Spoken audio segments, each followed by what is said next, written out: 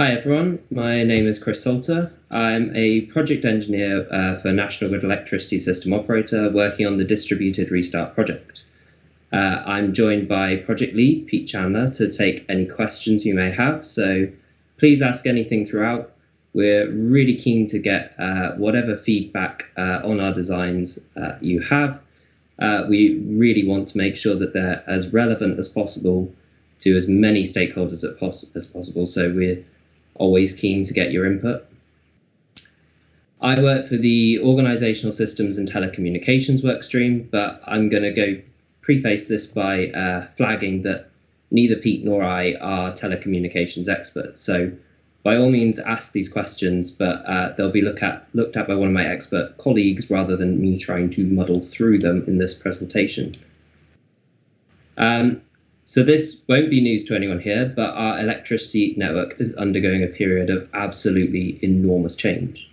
We are rapidly observing decarbonisation, decentralisation and digitisation as we move from large conventional thermal generation towards embedded renewable aggregated resources.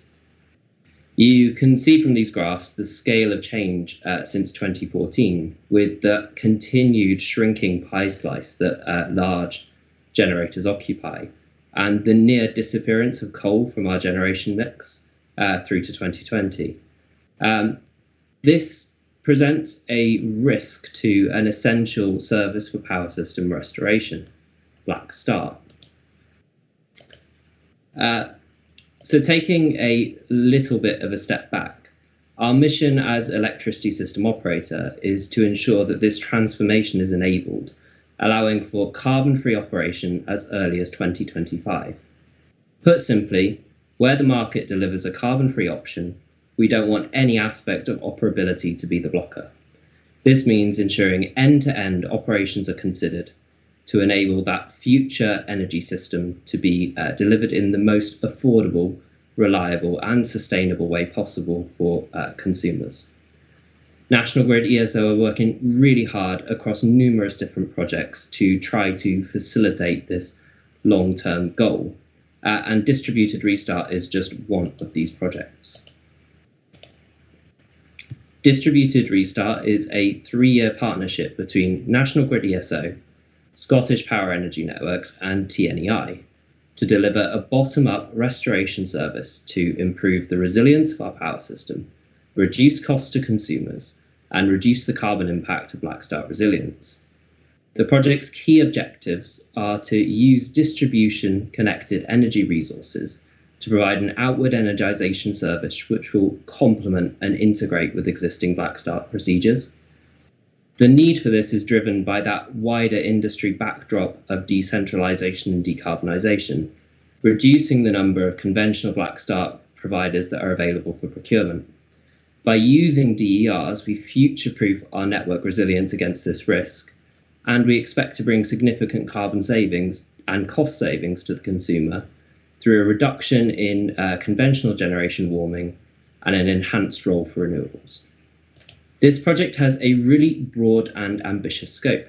It's looking to tie together the power engineering, organisational structures, operational telecommunications, and a procurement framework to deliver the first in world bottom-up restoration service. The project is currently entering its refined stage, having produced skeleton designs across all aspects. These will be rigorously tested through live network trials, desktop exercises, and continued stakeholder engagement. Some of our headline outputs to date include the publication of detailed power system studies, which have enabled us to gear up for live trials on generators and networks, including a variety of renewable technologies. Additionally, we've worked with DNOs from across GB to develop the communications requirements and understand the gaps compared with existing service providers. This will let us deliver operational communications for the lowest possible cost through a functional specification. This project is looking to enhance the liquidity and further break down barriers to entry for black start service. So we have introduced a preferred commercial approach which splits the component capabilities and enables as many technologies as possible to participate. Finally, we've worked up organisational structures we believe will enable the service to be delivered on the day, sharing the responsibility with DNOs where appropriate, and working through the control procedure and coordination of different parties. All of this work has been guided by input from stakeholders across the electricity industry, and as a result, we believe this will enable co-located DERs to provide an outward virtual black start service back to the transmission network. Our main topic for today's presentation is the organizational structures and the control layer we intend to introduce as part of distributed restart. We've called this the central model as we look to leverage the benefits found from National Grid ESO as a national coordinator, but also make sure that we benefit from the efficiencies we found in process maps where DNOs led locally. Another key finding of our analysis to date is that the level of supervision required for co-location of multiple resources starts to become unmanageable as we introduce many restoration zones in each DNO area. For this reason, we believe that the really exciting work we've done across the Distributed Restart Zone Controller, or DRZC, will be critical for efficient delivery. But we don't think control rooms are ready for fully automated restoration procedures. So we've worked up manual procedures which provide redundancy should this automation fail. And we still see a key role for a DNO control engineer to make decisions instigating and directing the restoration process through interfacing with the zonal controller. In summary, this approach means that DNOs lead locally and National Grid ESO leads nationally. For those of you familiar with our previous publications, we started from our DNO-led model, but built in command and control communications with National Grid Electricity System Operator to ensure we get the benefits of national coordination. This means that our telecommunications requirements should be similar to the DNO automated procedure, as the DNOs will be required to interface with the control system, but will require relevant information pass-through to NGESO through use of ICCP connections. This will give National Grid the operational visibility it needs to remain accountable for the overall direction of restoration. So, moving on to why we've selected this approach. We explored different control parties of NGESO, or the license area DNO, and automation options of fully automated responses compared with fully manual responses. From this, we did detailed risk and benefits analysis, mapping against the different control entities involved, and identified things that were blockers to the specific approach or represented really significant change requirements that we didn't believe were beneficial to the end consumer. From this analysis, we started at the manual options for both ESO and DNO control solutions and flagged potential automation options. We worked with 4 microgrid design expert companies to understand what was possible and create front-end engineering solutions. And from this, we believe we have options that will mitigate against the resource requirements of a manual procedure, whilst also acting to manage some identified power engineering risks. We have in parallel developed process maps for ESO and DNO-led approaches and conducted extensive stakeholder engagement on these. We refined responsibilities to meet individual organizations' capability and appropriately distribute key actions. Overall, the result of these 2 parallel activities is our central model, which I'll discuss in more detail in the following slides, but through compromise removes our red risks, leaving only challenges or changes we believe are manageable within project timescales. We have broken down the process into some key actions which we could assess against our principles of familiarity, resilience, and flexibility outlined from the requirements phase. In this model, ESO instructs the start of a restoration plan, where beneficial to national strategy, and the DNO assumes responsibility for completing the restoration plan. The DNO is then allowed freedom to enact the plan without supervision until it's ready to expand on the 132 kV network, operating as a virtual black start provider. This enables ESO to become strategic controller at this point and use existing tools and protocols to access 132 kV energy resources that are BMUs. enabling power island expansion at either 132 kV or up through the transmission network directly, depending on national priorities. Where a growth option is selected that involves further distribution level growth at 66 kV and below, we need tools in place to control provider output. This may be through emergency instruction delegated from ESO to the license area DNO, or through a contractual framework, and we're still exploring options for this. It's important to note that the responsibility for electrical actions doesn't change from the present day across the whole end-to-end process, and for this reason, the DRZC interfaces with the DNO only. The central model attempts to align with ENA World B for cooperative ESO and DNO control. In addition, it considers a DRZC as capable of establishing and maintaining stability of a distribution power island, but with a requirement for manual intervention and expansion beyond this point.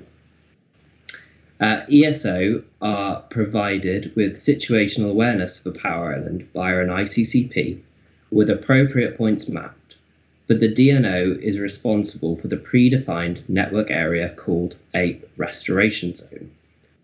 This may include elements up to 132 kV, which is a transmission voltage in Scotland. Post 132 kV energization, NGESO are responsible for the strategy, but the DNO remain responsible for resource coordination until a 132 kV plus connected asset that is not part of the DRZ is brought online, at which point ESO resumes that coordinator role. ESO is responsible for emergency instruction of 132 kV connected BMUs to enable power island expansion to higher voltages, and eventual transmission restoration. We believe this option minimizes communication network requirements and organizational interfaces, whilst making most appropriate use of existing infrastructure. This model uses the DRZC, for which we have draft design proposals, and this will coordinate the resources within a zone. This controller will be instructed through the DNO and have direct capability to dispatch or instruct DERs similarly to an A&M scheme, but with additional functionality. So finally, I'll give a really high-level overview of our distributed restart zone controller. We don't yet have a final design, and we're in the process of collating outputs from our initial designs to provide a functional specification. Broadly speaking, we have 3 levels of control. A central controller, which interfaces with the distribution management system and enacts slow, calculated responses or direct control engineer input, as well as calculating net export capabilities at the point of common coupling.